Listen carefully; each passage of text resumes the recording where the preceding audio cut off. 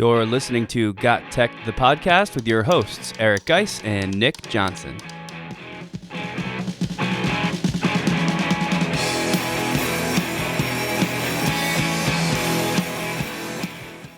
Welcome back to GotTechED the Podcast. This is episode 62 called 19 Google Chrome Extensions for Teachers. In this episode, we'll be continuing our GSuite series and talking about all the Google Chrome you need to be using today. These extensions have been broken into several categories, including productivity, video and screencasting, picture and animation, audio and music, feedback, organization, the teacher's wallet, and the GotTechED highly recommended. This episode is packed with tips and ideas and is one you don't want to miss. Check it out.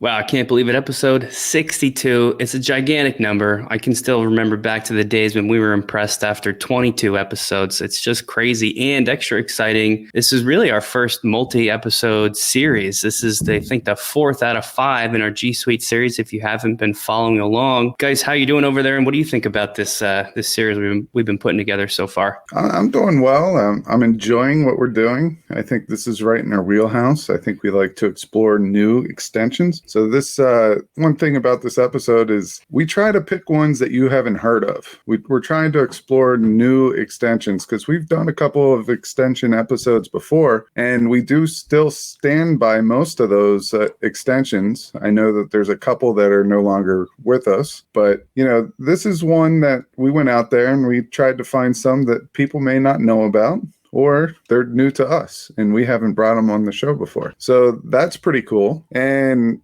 I really feel awesome about this series because it's teaching us a lot. I mean, you and I have brought up extensions that and really tools all across GSuite that we use that we didn't know about before. And I think it's making our craft a little bit better just talking about them. Yeah, that's a great point. There's so many things changing all the time. So hopefully we were able to put together some new extensions for teachers today to sort of bring into their craft and their practice, or just generally when you're doing stuff online. And before we get into those extensions, just a reminder, if you could do us a couple favors next time you're listening to the show, or maybe this time when you're listening to the show, subscribe to us. Subscribe to GotTechED the Podcast. You can find us pretty much everywhere. The best place, of course, would be Apple Podcasts. But if you're a Spotify listener, that's great too. Google, Stitcher, YouTube, Twitter, Facebook, any of these places, you can find us. Give us a subscribe. It helps the show out a lot, especially if you're a fan. And if you're a super fan, maybe take it to the next level and give us a review. That goes the extra mile for GotTechED the Podcast. And we really appreciate it. As our listenership grows, the more people that share that for us, the better. And going along with all that, of course, is tell your friends, spread the word. That's kind of the best way for these things to travel is, if you like what you get on GotTechED.com or GotTechED the Podcast, just kind of share it next time it comes up with somebody you're talking to professionally who's also an educator. Let them know that we are out there providing great content all the time. And I think with that, let's get into segment 2, our Google Chrome extensions. You can follow GotTechED outside the podcast at GotTechED.com or on Twitter at WeGotTechED.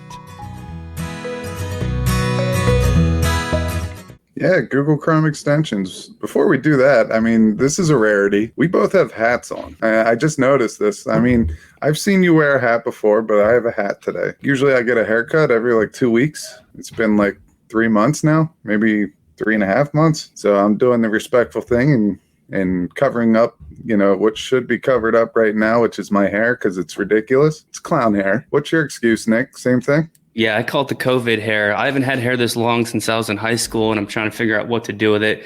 I've debated going with the classic buzz cut because that's something I could do from home. My wife offered to cut my hair, but I promptly turned that down. I'm sure it would end terribly. So I don't know. I'm with you. The best course of action is to just throw a hat on and hope for the best. So that's where we're at. Both Geis and I in hats for this new video component of episode 62. All right. So I will tell you this. I'm very excited about the first one, even though, productivity is not my category. That's clearly Nick's category. He's the most organized person, which helps his productivity. But I'm really excited about this first one. It's called Add to Trello. And Add to Trello is an extension that is compatible with Trello, which is a separate, you go onto the web at Trello.com and you can find Trello there. And it allows you to stay organized. And this is how Nick and I actually organize our ideas for GotTech. Everything, our blogs, our screencasts, our YouTube channel stuff, even the podcast episodes and who we'd like to target as a guest on the show. So Add to Trello just basically allows you to surf the internet, and anytime you find a resource that you like, you can add that website directly to Trello and keep it organized in there. So what I'm immediately thinking is we have a collection of extensions that we've gone over since episode 1. If we put that collection into a Trello board and it allows you to have several different, almost like lists across them. So if we had productivity as our first one, we could put in all our extensions that fit our needs for productivity under that category. And we could do that for every category that we go over today and some of the categories that we recently have gone over in previous episodes. It's a great idea. Trello's awesome. I don't want to talk too much more about it because you did a great job there, but I do have to push it a little bit. Besides just Add to Trello, this new extension, anybody out there that's a list maker, this is like the best digital list making tool that I've seen, and I can say that as a very staunch list maker myself. So you gotta check it out. It's very collaborative too. You can share it, and multiple people can edit it, and that's really the next level piece that we were looking for when we wanted to stay organized. So my next one is Start.me. All right, this is an extension that allows you to turn each new tab you open in Chrome into a personal dashboard. So the way that I can describe this is sometimes when you walk into schools, they have those digital bulletin boards, or they have a TV up there that has the weather, the news flashing. There may be some pictures pop up, and it's very personalized to the school. So really, this is doing the same thing for your Chrome browser. It allows you to open up Google Chrome, and some of the most common places that you go to on Chrome have their own icons there, and it allows you to stay organized. You could put tickers there, such as a weather ticker and some other things to stay organized. But Start.me is definitely one to check out if you're looking for some type of personalized Chrome experience. The next one that I've got is similar to that too. So it's cool to mention them back to back. You could try both and pick whichever one you like best, really. My favorite, though, is called Infinity New Tab. Basically, I'm not sure if that's how they describe themselves, but to me, it's like a new tab customization tool. That means anytime you open up a new tab in your Chrome browser, Infinity New Tab can kind of customize what that new tab will look like. So as simple as the wallpaper, you can choose all kinds of cool rotating backgrounds. So when you do open up that new tab, it's not just a blank canvas. It's sort of like some kind of a themed picture will automatically populate that space. If there's a certain search engine you like, for me, obviously it's Google, you can set so that always pops up immediately, which is a nice fast way to start finding whatever you need to in the browser. And there's lots of other things you can do there. One of the settings, whatever your most recently visited pages are, whatever websites you go to the most, it automatically puts them there as like icons. So you can just click and it automatically takes you there without any kind of searching or anything at all. And you can add in displays of to-do lists and other most visited sites. There's almost endless things you can set to add into your new tab. One of the features is called a speed dial, which is sort of like I just described, where it's all your most visited websites, and you can just get there really fast with one click. So this is a really cool one. If you're not already using something like it, check out Infinity New Tab. And then another thing that I like to use a lot, I'm a huge PDF guy. I don't honestly know why, but I think it goes back to maybe 10 years ago when you and I guys were first putting together websites for our classrooms. Everything I posted was always a PDF. And at the time, it was just cleaner, neater. I knew the formatting wouldn't get messed up when it got printed out or if somebody made a copy of it. And I've kind of stuck with that to this day. But if you're doing that, it can be a little bit more time consuming, right? You've got to go through the process of converting your docs or your Word or whatever to that PDF. But there's lots of tools that make this really, really fast. And one of them is called PDF Converter Tool. To me, this is the best PDF converter out there. It's one click to open it up, second click to do the conversion, and it really can change any file to a PDF. My favorite part is any PDF into a file. So, even though we're a Google Chrome school, I still do most of my editing in Microsoft Word or PowerPoint or Excel. And this can automatically take a PDF I find online and convert it into one of those formats for me. And I find that to be probably the most valuable part. That way I can, of course, edit it and make it my own from there. So PDF converter tool, great one for anybody who's also in the PDF conversion game. Yeah, I can remember when we initially made some of our biochemistry websites. I remember we put it on as a Google Doc, and we had some students change our docs on there because this is, I mean, right at the beginning of, GSuite. So I remember that being a big problem for you and switching over to PDF, and you really haven't. I think it's almost a chip on your shoulder a little bit. Like it's almost like you're afraid. It's your security blanket is a PDF. You're 100% right. I'm terrified because of those experiences where people are going in and not even trying to edit it and make it their own, but just all my stuff got messed up, and it really bothered me. And to this day, I'm carrying that with me. So it is a chip on my shoulder, but I'm keeping that chip. I like it. So Nick is one that, he seems cool, calm, and collected, but if you really get him going and you pick away like this PDF thing, I could probably get him flying up to the ceiling right now. If you start editing my Google Docs, we got a problem. All right, let's get into the next one. The next one is video and screencasting. And I know what a lot of people are thinking. We're going to talk about Screencast-O-Matic and Loom and all those good ones, but they are good extensions. But I'm going to go a different way. And I actually used this the other day. It's called Chrome Audio Capture. And I was actually working on something in WeVideo, and I just needed like 15 seconds of introduction music. And I wanted the same 15 seconds for the end of the video as well. And I went to YouTube where they had some stuff that I could download for free and use for WeVideo, but I didn't feel like going the whole method of going to a downloadable site, putting in my email, downloading it, uploading it to WeVideo, trimming it to meet the 15 seconds. I just used Chrome Audio Capture. I hit a button. As the music was playing, it captured that recording, and then I hit stop. I downloaded it and put it into WeVideo, and I was done. So I skipped a couple steps, and I think that's the big thing here is this will save you some time, especially if there's a file that that is, there's no like copyright restrictions on it, and you know that you could use it, and you just have to not take as long. I mean, really, it's just saving time, and I just found it to be very beneficial. So I'm going to keep this one in my collection just in case I run into any tunage that I might want for little projects like that. Yeah, that's huge. A way to capture audio like that is fantastic, but it is important to watch the copyright restrictions on audio, like you pointed out. So just be careful kind of what you're using it for, but man, what a time saver that could be. And my next one for video and screencasting is going to sound like one of those repeat listings. That is Screencastify. There's a couple tools out there that I think are almost unanimously known at this point, and I'm pretty sure Screencastify is one of those, especially now with all the remote learning that's taking place at the end or the beginning of 2020 here with the COVID.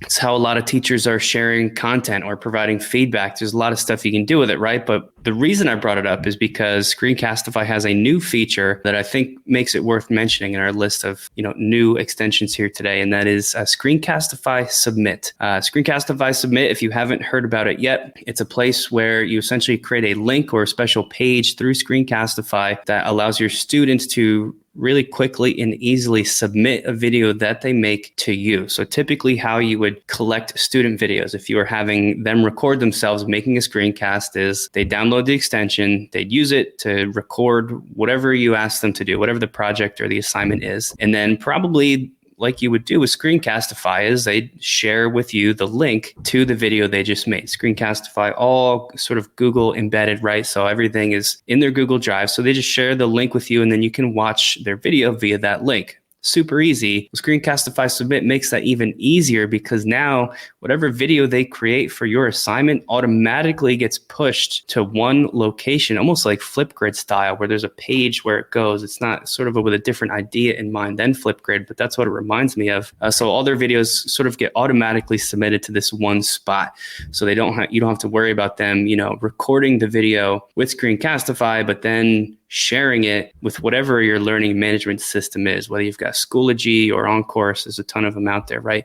This sort of cuts that middleman of the learning management system out. So they're only using Screencastify for the entire project. And it actually is super easy. If you check out some of the Screencastify resource pages, they've got a couple tutorials, really simple, all link-based. I definitely recommend trying it if you're having students do work with recording screencasts. Next level and awesome right there. Yep. That's a great one to add. Let's go into our next category, which is picture and annotation. So these two are going to be my favorites, and then Nick's going to probably try to trump me with one of his, but then I'm going to come back and tell you why mine's better. So the first one is explain and send screenshots. Explain and send screenshots allows you to capture and record video of your screen and then annotate it basically with arrows and circles and things like that. The best part about this is that it's the safest extension with no crazy permissions. So I always look at EdTech and I put them into two categories. And I know this week we're talking teachers. So teachers could use whatever they feel safe with. But as for our students, we got to make sure that the policies are all in line.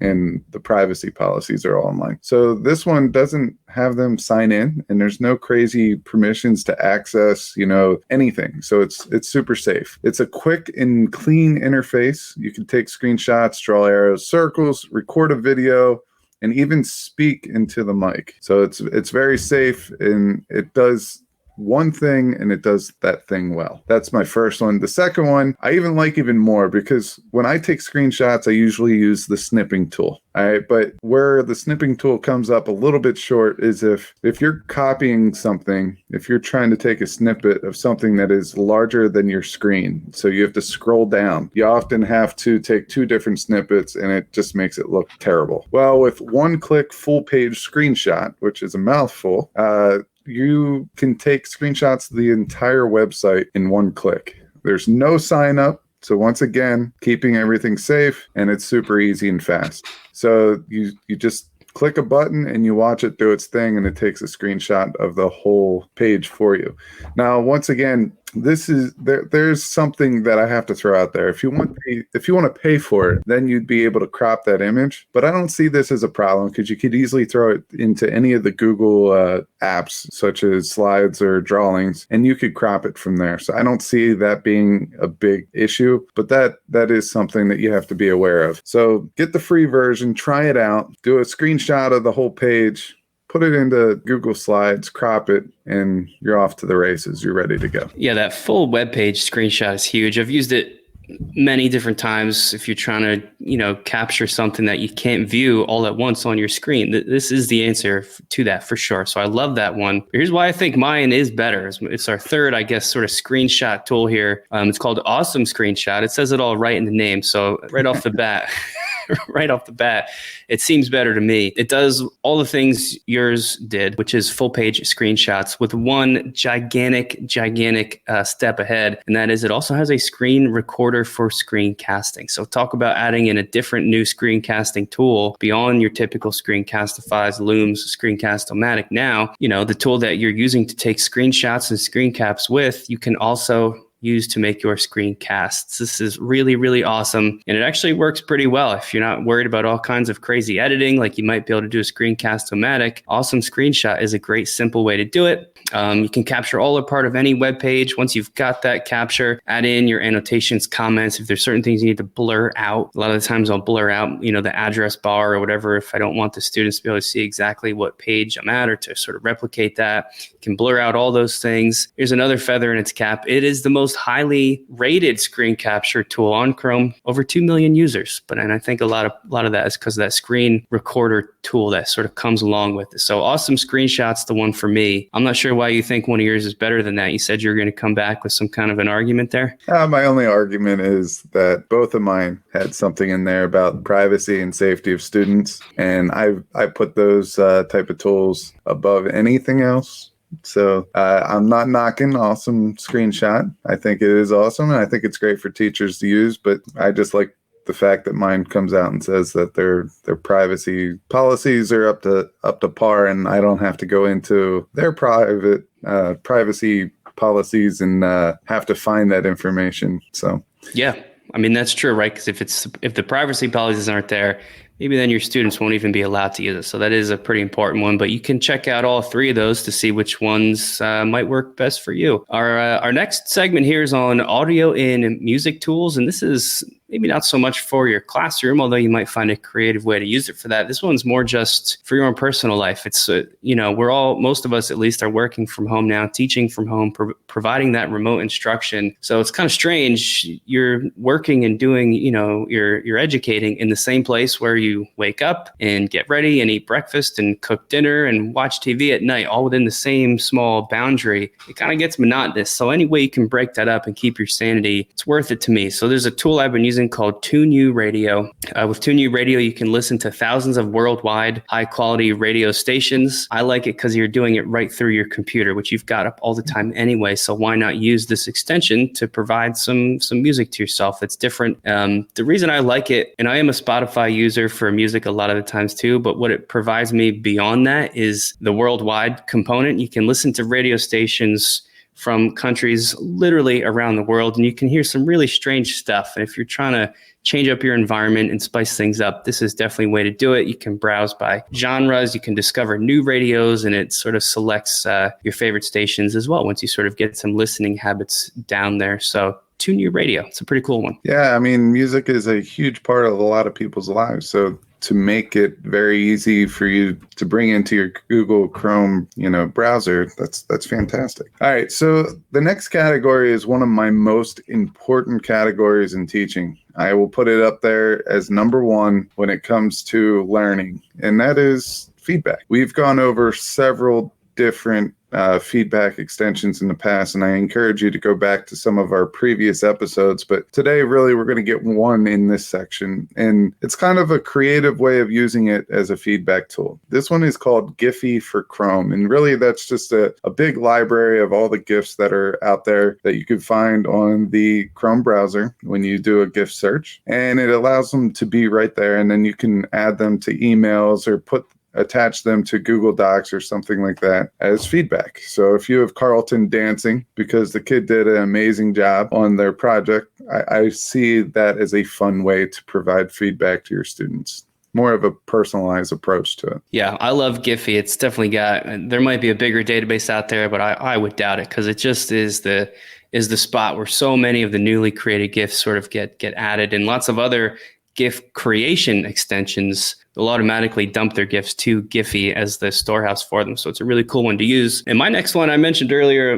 big time PDF guy, an organization tool that can help you with this PDF creation in a very special way is called Print Friendly and PDF. Its name has two things in it because it does two things. And the first one is kind of the best part about it. If you've got a website, let's say you're going to CNN and you want to print out an article or share an article with your students, but you don't need them to see all of the ads, all of the the navigation tools, all the junk that gets added to most web pages, how a lot of these web pages make their money. It's great for them, but you don't need your classes to see that. Print Friendly in PDF can automatically remove all of that stuff. So it makes it a much cleaner, neater, much shorter version of that article before you print it. So this is great if you are doing paper copies. You'd save a lot of paper because you don't have to print all these images and ads and everything else. If you are sharing the digital version of this, then you can take that condensed, sort of cleaned up article and it automatically turns it into a PDF for you for easy sharing out to the class. So this is a really nice one. I always say that I like tools that do one thing and do it really, really well. This is a tool that does two things, but it does it really, really well, and it's super useful. So Print Friendly in PDF. It's a good one. Yeah, so I have to say a couple things about that one. First of all, sometimes the pictures are relevant and you want the pictures to stay in the article. When you go to clean up a website, say you're on a website and there's an article there, and sometimes they put ads and stuff. You hover over the ad and it has a big X arrow and you click on it and it does away with whatever you just X'd out. So you can keep certain things. It's not like it's going to just strip it down to text only. So I had to throw that out there. And I could tell you, I use this in bioethics all the time. I would go to CNN for some current events, and oftentimes on the right side, it has like a whole bunch of other different articles there. And maybe it's talking about things I don't really want to expose to students, certain violent crimes and things like that. That has no sense of being there. So I would use print-friendly PDF for that purpose to clean those up. And it is an awesome one. I will admit that our next extension is one that we have mentioned before, but I'm bringing it up because we've been getting a lot of questions about password protection and how to keep all your passwords straight and all that good stuff. And I will tell you that LastPass does a great job at doing this. It's very secure. It's a password manager. It's a form filler. It's basically there to reduce the headache of managing multiple user accounts and passwords. You go to one site, it has to be 8 characters, capital letter, lowercase letter, and at least a number. You go to the next one, you need to add a special character. You go to the next one, it has to be at least 12, pieces long. So just put it in LastPass and you'll be good to go there. So I do want to bring that one up. It is a repeat, but it's phenomenal. I will tell you that I just hooked up my wife on to LastPass. Ever since COVID-19, we started using the giant, the direct groceries, or I don't even know. It's curbside pickup. And she always has the order on her computer. So it's under her email and password. And I asked her, hey, what's your password? I'd like to add to the order. And, she's at work. So she's like, I don't know what it is. And I was like, well, that's not helping me out any. So as soon as she came home, I hooked her up with LastPass, and now we don't really need to worry about it too much because as long as we're on the same page, it's good to go. Might as well get into the next one. This one's called Teacher's Wallet because we want to put some fundage back in your wallet. All right, we're saving dollar bills, y'all. The first one is Camelizer. Camelizer is an extension for online shoppers. You'll want to check it out. Camelizer allows you to basically see the trends in the prices of products that you want. All right. So for one, I broke one of my Yeti microphones, and it's my favorite microphone to do screencasts. All right. So I broke it by tripping over the cord, and it fell down, and now it doesn't work. So I wanted a new one. So I went on to Camelizer. I had the Camelizer extension up there, and it only runs when there's a reason to run. That's another reason why I like this. So it's going to save your computer a lot of resources. But I went on to a couple of different sites, and I wanted to see when the price of the Yeti microphone dropped. And lo and behold, at the end of every month, it was showing a price drop on certain websites to a point where I could not refuse. So it was the middle of the month, so I sucked it up for a couple of weeks. And then at the end of the month, when the price dropped again, I saved, I think, like $19 on something that cost, I think it was 90 typically, or 109, but I got it for 90 or something along those lines. So the Camelizer, check it out, save a couple bucks, put it in the pocket, and use it for something fun. Yeah, that's really cool. And the next one that I've got is similar to that, also in this teacher's wallet category. Besides waiting out to see when prices drop, if you're ordering stuff online, you should never do that, right? Without doing a quick search for coupon codes. Anytime I order anything online, no matter what the store, I just Google coupon codes for blank, and chances are pretty good you can find, something out there to knock off a couple bucks. But it takes time, right? Well, there's an extension that will pretty much do that for you. It's called Honey, and Honey must be getting to be pretty well used, because I actually saw a commercial for it on TV the other night. We were watching something and it popped up, and I was like, oh man, that's Honey. We've actually been mentioning this for a couple years now, but it's still around. It's getting bigger and bigger. Basically, when you go to buy something online using the Honey extension, it'll automatically search for these coupon codes for you, so you don't have to take that time out to do it. Sometimes I'll forget to do the coupon code search, or I'm just not really in the mood. I'll just say, whatever, I'll pay full price. But Honey sort of takes care of all that stuff for you. So Camelizer and Honey, really great money saving tools there. I got to tell you my best Honey saving experience. My nephew, he wanted a laser tag set of 4. So he has a couple neighbors. The 4 of them are inseparable, and he wanted to play 2-on-2 laser tag. So I went on to Amazon, I believe it was, and the laser tag set was like $225 or $250 or something like that. Wow. And after using Honey, I got it for like $150. And I was just like, yeah, that's like $50 to $100 back in my pocket. I'll take it all day long. So, I mean, it's not always like a couple of bucks. Sometimes, it could get you some good coinage back. I think that's like the 5th term I used for money. During this segment. Impressive. All right, so let's go into probably my favorite category of the day, other than feedback, which is the highly recommended. And we have Geis's highly recommended, and we have Nick's highly recommended. And we took these in 2 different directions. I understand Nick's direction, but I also understand mine. So the first of 2 Geis highly recommended is Mote, M-O-T-E. And this is an extension that is new.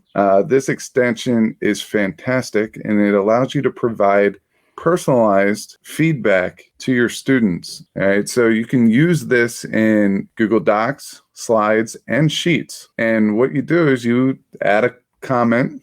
And what it does is it records your voice, and it also provides a transcript of what you're saying. So it allows you to get your message across to students in 2 different ways. So initially, I believe it was made for corporations for them to have easy ways to communicate. But I think they did something very smart, and they realized that education has a significant use for this. And they do this extremely well. This tool is fantastic. They're constantly making improvements. Initially, it was for teachers and those corporations, and now they even passed it down to students. And the best thing, and this has been my trend throughout the whole episode, is they're doing it with the students' privacy in mind. So they say, we're not going to touch anything of students as far as information up to the age of 18, and that is huge. So basically, it's an extension that it's a game changer. It's going to take place of some of the ones that we named in the past that are slowly becoming outdated or unsupported. So check out Mote. Go online. If you have something that you want to see with Mote for improvements, go online, go onto Twitter, and follow them on Twitter. I believe it's @themote. So check them out.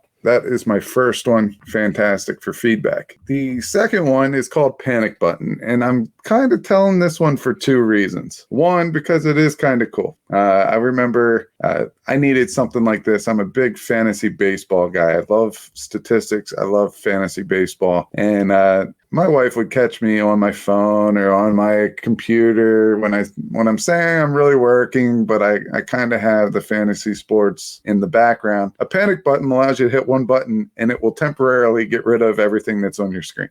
So that's how I would use it. But I'm telling you this because this is how your students are going to use it too. So I'm giving you a heads up there. That's an added bonus. And so with the click of a button, they could all go away. But the cool thing about this one is the click of a button, they all can come back. So you don't need to go back and open up all those tabs again. You have them just by clicking another button. So keep that in mind when you see the panic button extension on some of your students' Chromebooks or whatever they're using. They're probably playing with you a little bit. And this is a very cool way of kind of getting ahead of that. And if you could ever catch a student doing it and you know that they're doing it, and then you know the shortcut to bring all those tabs back, just to watch their face, to see their face kind of hit their desk, their jaw drop. I think that's worth the price of admission. So that one's Panic Button. Yeah, Panic Button's super cool. I like how you can keep it to yourself mostly, but then also be prepared if you ever see your students trying to take advantage of it. So that's a great one. And you're right. I did take a different approach with my highly recommended selections. I guess not so much related to teaching, but more just staying connected. It's as we've mentioned over the past few episodes, a strange time, everybody working from home, and you need to find as many ways as possible to stay connected, whether that's with your students on one of the, the chat tools that we can use like Zoom or Google Meet, or even just in your personal life. A lot of the ways that we've been hanging out with people up until stuff, has started to open up recently or will be opening up soon is just online. Well, there's a thing called Netflix Party. If you haven't heard about Netflix Party yet, it allows you to watch Netflix remotely with your friends, taking the place of, getting together to watch a movie or a TV show in the same room where you can all laugh and talk about it. Netflix Party is a Chrome extension that does that for you, but in a long distance kind of way. So really all it does is it synchronizes the video playback on whatever show people are watching from different locations via Netflix, which is a sort of like a workaround for watching it together. Of course, there's also a group chat feature that you can pull up. It sounds kind of weird, and I have tried this myself a couple times. It's strangely fun to do it in this way, at least in the absence of being able to do a similar thing in person. So I really like Netflix Party. At least give it a shot once or twice and see if it's for you. And then the other one I found sort of similar to this is called House Party. House Party calls itself a face-to-face social network, but it's just about connecting with people in a different way.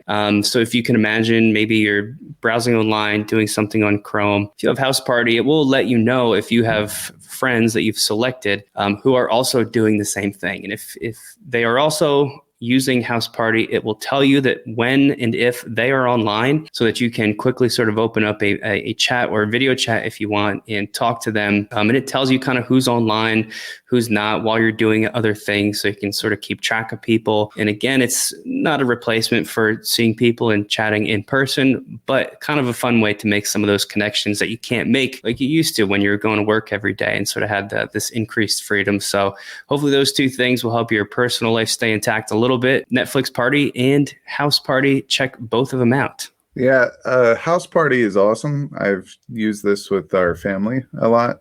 My wife's brother is from California. We have another one in New York. Most of my family is a couple hours away in Pennsylvania. So what we do is we do House Party, which has games, kind of like Pictionary.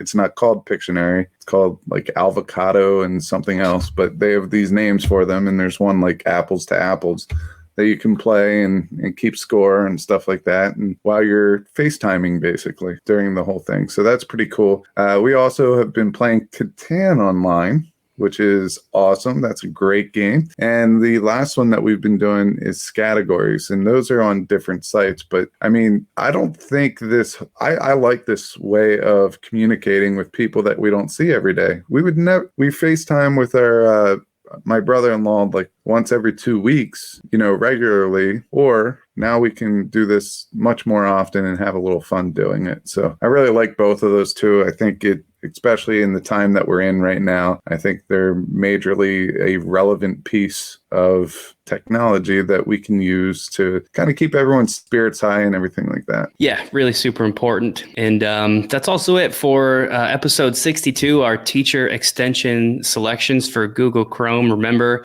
we've got one more episode of this series coming up in episode 63, where we'll do the same thing, teacher extensions, but this time purposefully select things for your students. So stay tuned to check that out. As you're doing that, remember, you can follow the show on Twitter. Geis, you can find him at Geis GotTechED. Myself, you can find me at Nick GotTechED. And if you want to just follow the show in general, that's at We GotTechED. And I can't recommend enough, if you haven't gotten into the Twitter game, that you go check it out. Especially some of these Twitter chats that are taking place. I'm a newcomer to the Twitter chat world. I know it's been going on for a while, but there actually is a lot of great learning that happens there. We have a Twitter chat. It's called #EduMentor. It's Wednesday nights at 8:30 p.m. Eastern Standard Time. So you can log into Twitter every Wednesday at that point to follow along with the questions and answers and even sort of get in on it. Hopefully share some of your own thoughts to the prompts that we're posting there. And it's gotten a lot bigger in the past couple weeks. So I'm excited to see where it goes. And there's lots of these chats, and there's lots of, other places that sort of compile the lists of chats that you can find. One that we like is one of our former guests, Charity Dodge. She hosts a chat called #BL in Action. That stands for Blended Learning in Action, Tuesdays at 8 p.m. Guys, I know you're a little bit more involved with that one than I am, but it's another great one to check out. Did I get the time right on that? 8 p.m., correct? 8 p.m. on Tuesdays. Yeah, and Charity's great. Just a wealth of knowledge in the blended learning and ed tech world. Other spots, check us out on YouTube, GotTech the Podcast. All our stuff is there, YouTube channel, as well as, of course, GotTechED.com and any of the other places you listen to podcasts. Thanks, guys.